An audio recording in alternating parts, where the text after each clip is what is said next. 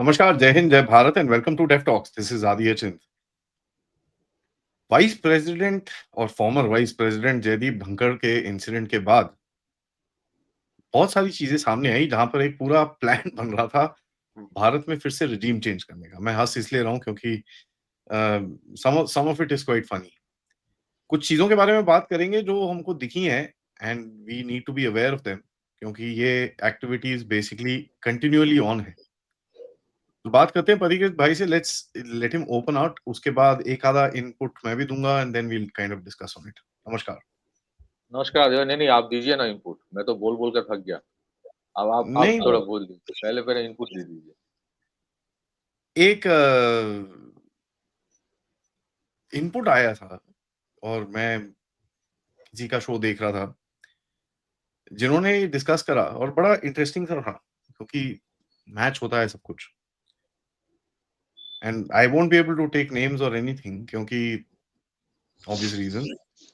But हमने ये देखा कि जो वाइस प्रेसिडेंट साहब थे, उन्होंने कुछ पॉलिटिशियंस के साथ मिलके, कुछ बिजनेसमैन को बोल के, जो मोदी जी की सपोर्टिंग पार्टीज हैं, उनके साथ बात करने की कोशिश करी and to a point that entire thing blew up बहुत बुरी तरह से। एंड वो बेसिकली जिनसे बात करने की कोशिश की गई थी, उन्होंने ही जाके मोदी जी को बताया कि साहब ये हो रहा है, जरा देख लो आप। तो that was the breaking point. उसके बाद हमने देखा कि जयदीप धनखड़ साहब के साथ क्या हुआ and that whole story opened out.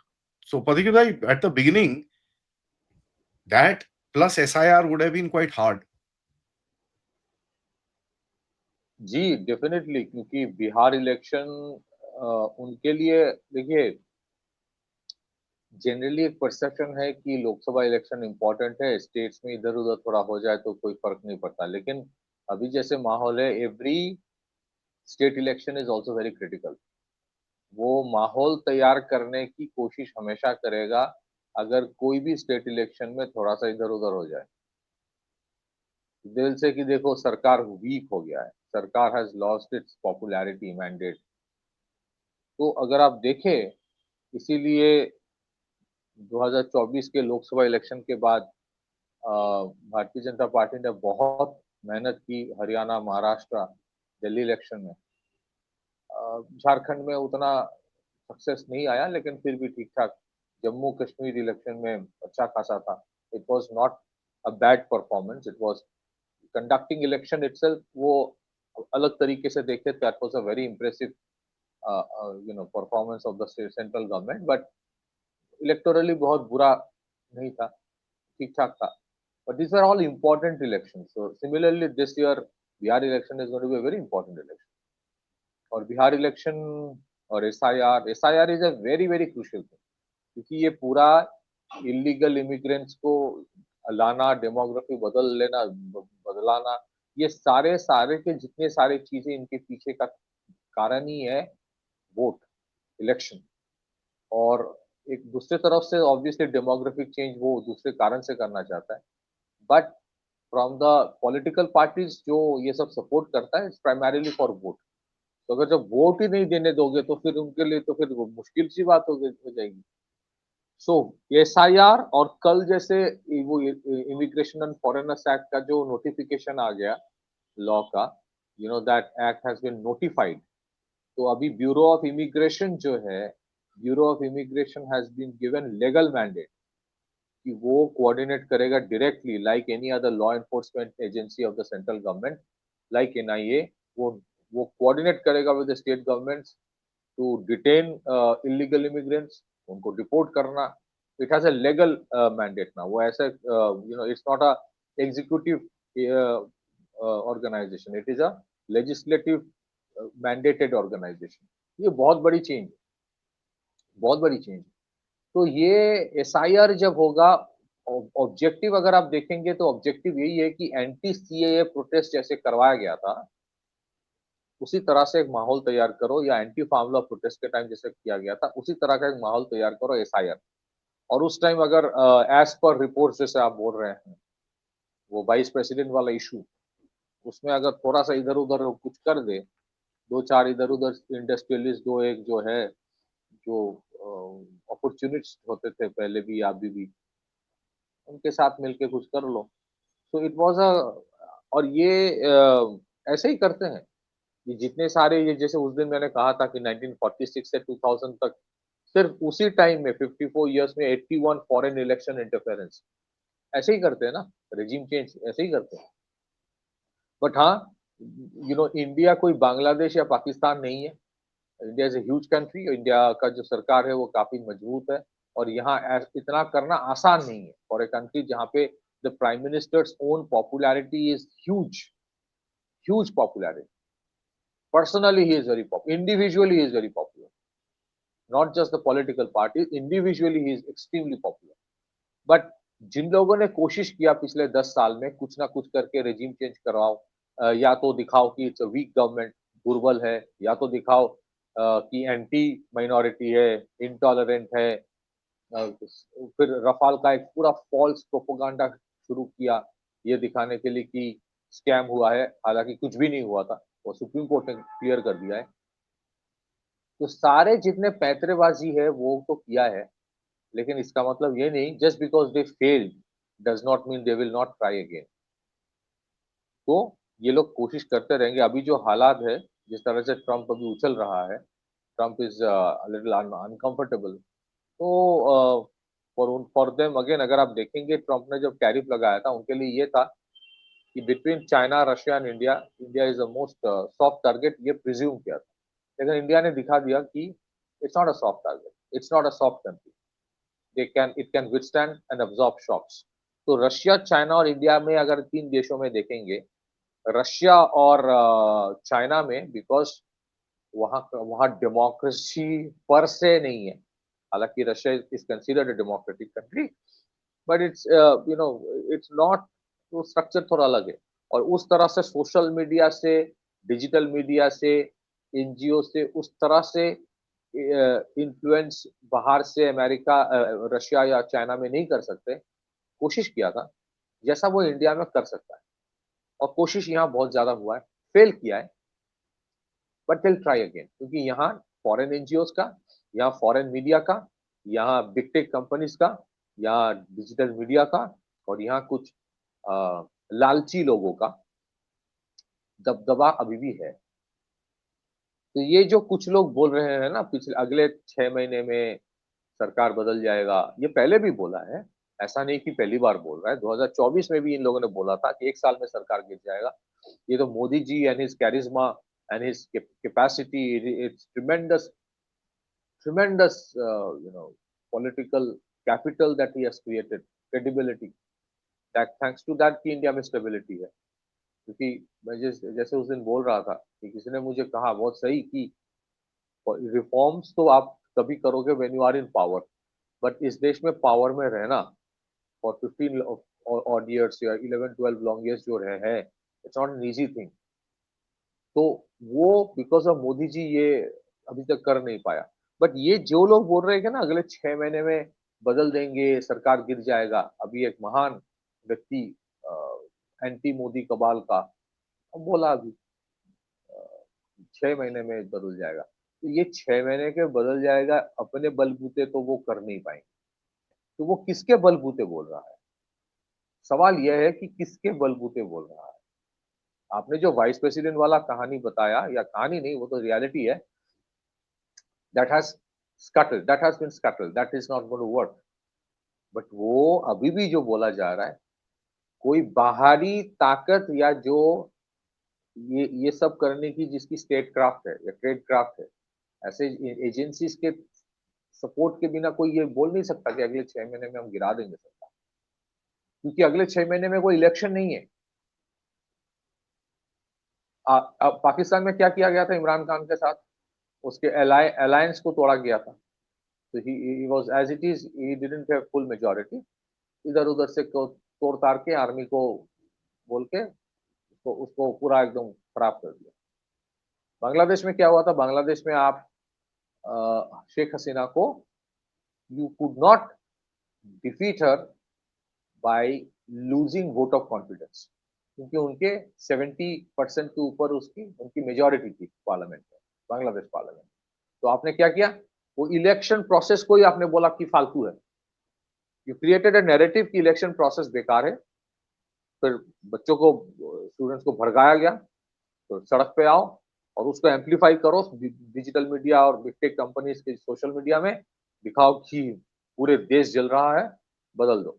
So either you make a make a government minority by snatching away the alliance partners, or you position and create a narrative that the election process is fraud.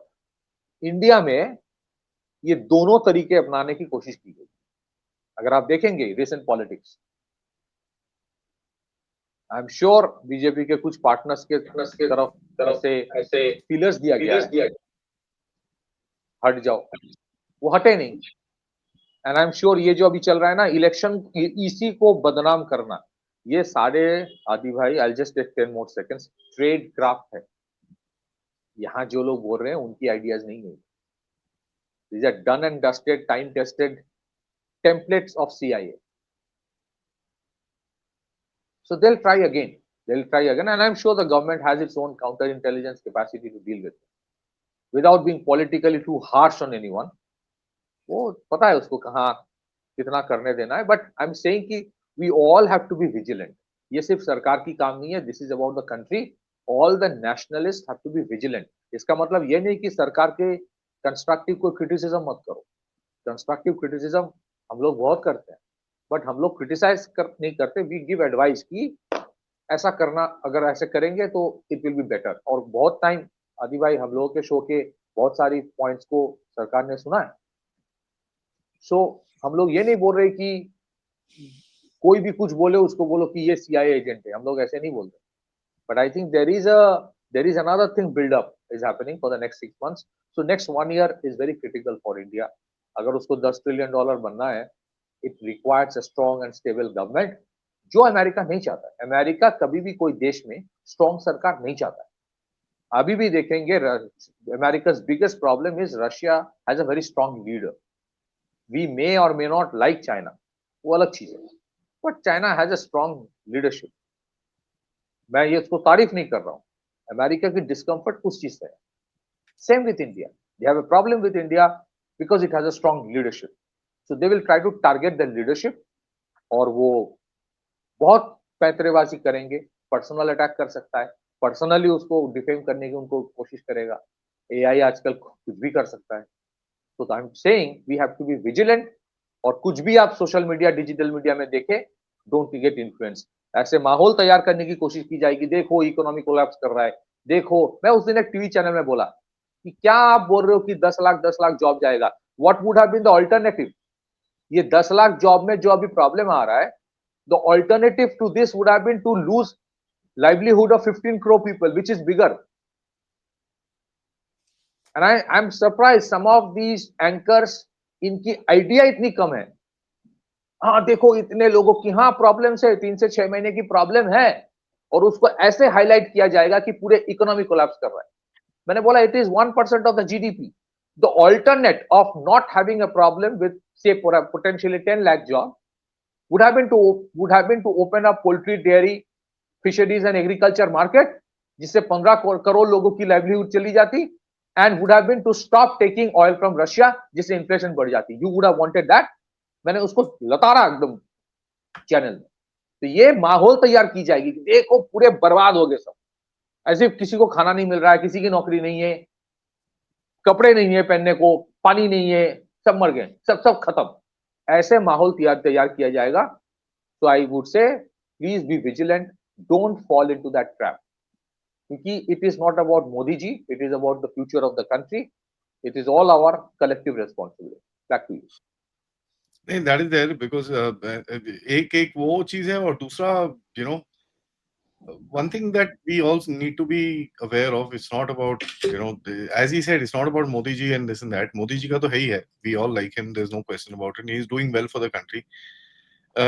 दूसरा चीज है एक stability, we are at the just at the cusp of breaking out right now, ठीक है।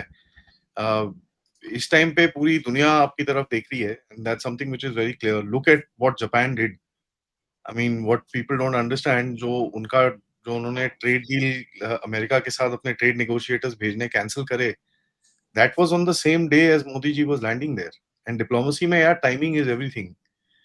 they are actually saying, okay, fine, let me send this signal. Modi is coming here, I'm canceling your deal as well. That deal would have been cancelled एक डेढ़ हफ्ता पहले, but look at the signals that we are coming to, and look at the place ये जो देश आ रहा है. Any sort of instability right now will create complete chaos, and we don't need any of that nonsense. हमारा देश है, हम बड़े खुश हैं, जैसा मर्जी भी हो हमारा देश है, we are very happy with it. Absolutely. और किसी को अगर आपको लगे इलेक्टोरली हराना है, that is a different thing. आप इलेक्टोरली कोशिश कीजिए, democratically this party is popular, this party has the mandate, and that's why it should be in power. ये अमेरिका नहीं डिसाइड कर सकता, ये कोई और देश डिसाइड नहीं कर सकते कि इस देश में कौन चलाएगा. ये उस दिन मैंने बोला कि यूक्रेन वॉर लेकर डेमोक्रेसी बोल रहा था. Democracy, there was a Republican strategist, पता नहीं किस तरह के स्ट्रेटेजिस्ट ये लोग होते हैं, और आजकल मुझे बिठा देते हैं इनके सामने.